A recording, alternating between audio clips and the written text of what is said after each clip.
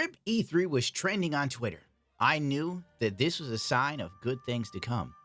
Metal Gear Solid 6 with David Hayter was surely on the table, but alas, such was not the case. Last year on June 7th of 2022, E3 touted a comeback greater than Leafy on iDubbbz, fresh out of the pandemic and ready to entertain by hiring the lamest humans alive to promote games at E3.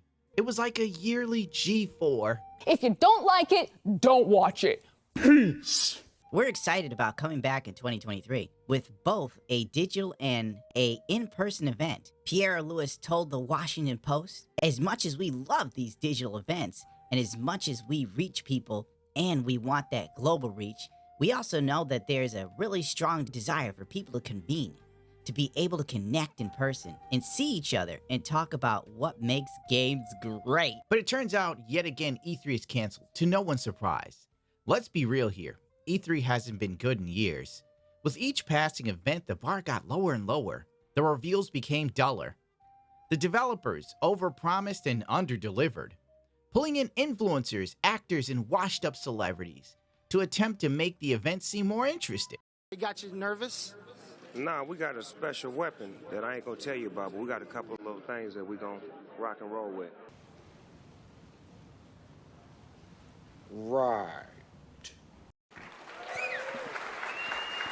What up, guys? Thank you for having me, EA. If you guys don't know who I am, my name is Jesse Wellens, and I am a YouTube creator. So I am here to talk about Need for Speed Payback. If you guys didn't know, Need for Speed Payback,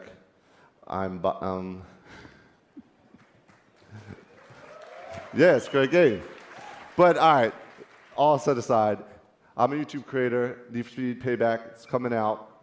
I got my boy Marcus, executive producer here. He is the producer in the game. Thank you, Nick, for having me. Hey, man. Thanks, Jesse. Obviously, we're really excited to tell everyone about Need. This video is sponsored by Raycon. In today's hyper-inflated market where everything costs more than it really should, Raycons are priced to perfection. As good as any expensive set of earbuds I own, but more comfortable and at half the price.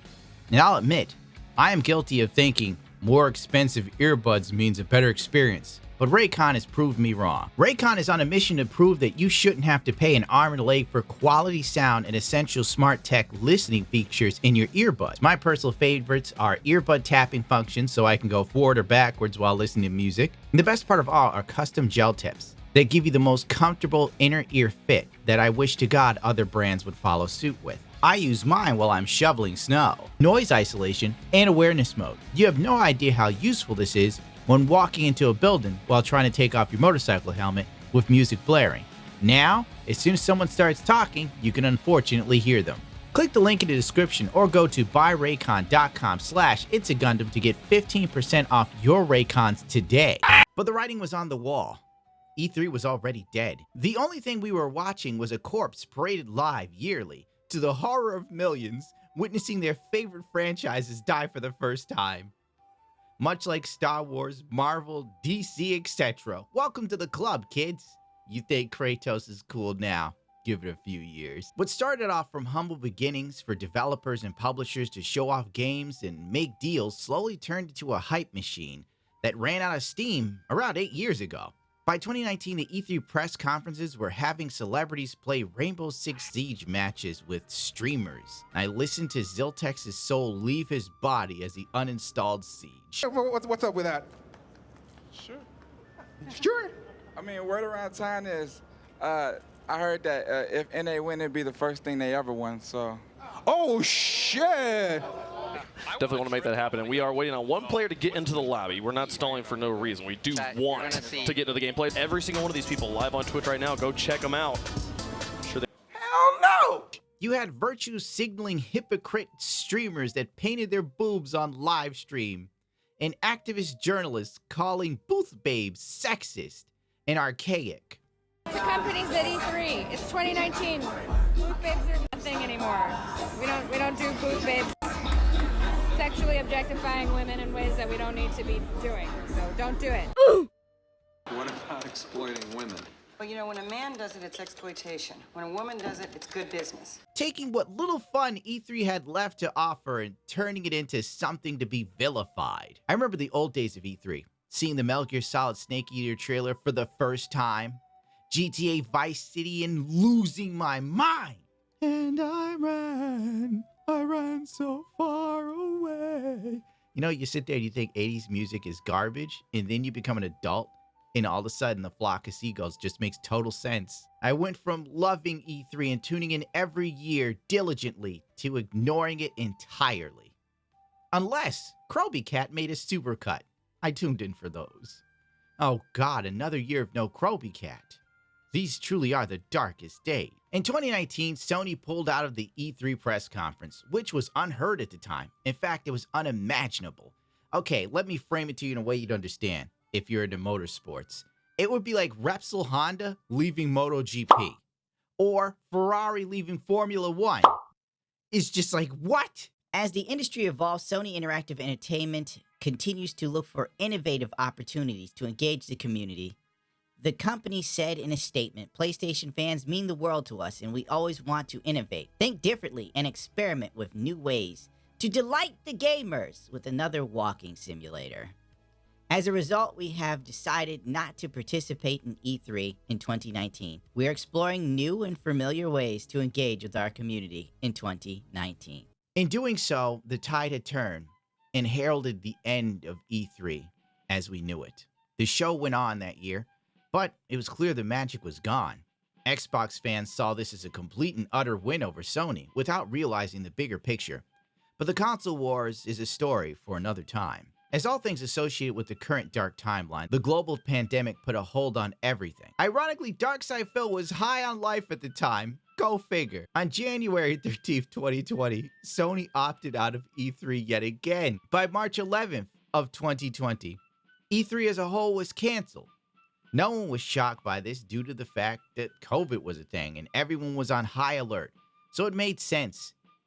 And it also saved a lot of money on people stealing toilet paper from the bathroom. For the first time since 1995, there would be no E3.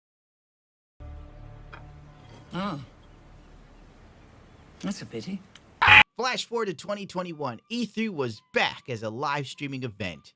It had the same energy as Sylvester Stallone with those wonderful movies called The Expendables. I've never seen any of them. Though E3 was still dull, it at least was light on the lame influencers and interviews hosted by Greg Miller. It's kind of funny that he still gets work.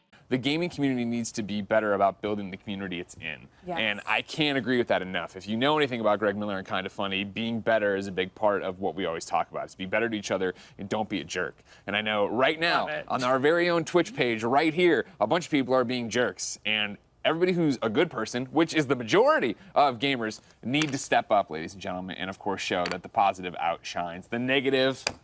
That's my rant. Goodbye on that one. Thank you. Oh, this is funny. He's gay. Again, Sony opted out of E3 for 2021. It wasn't a total bust.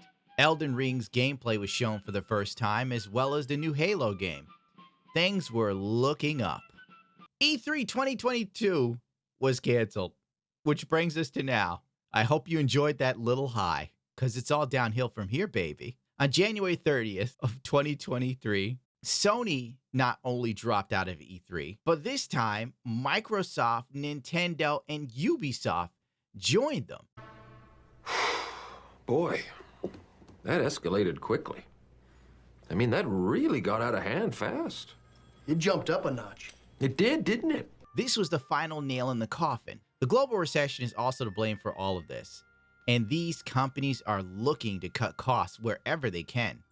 But I think this time, there will be no comeback. Once these companies saw that they could just live stream their own events, what was the point or the use of E3 anymore? Sony has proven that this was effective. I'm sure Microsoft and Nintendo realized that in 2022. I could be wrong.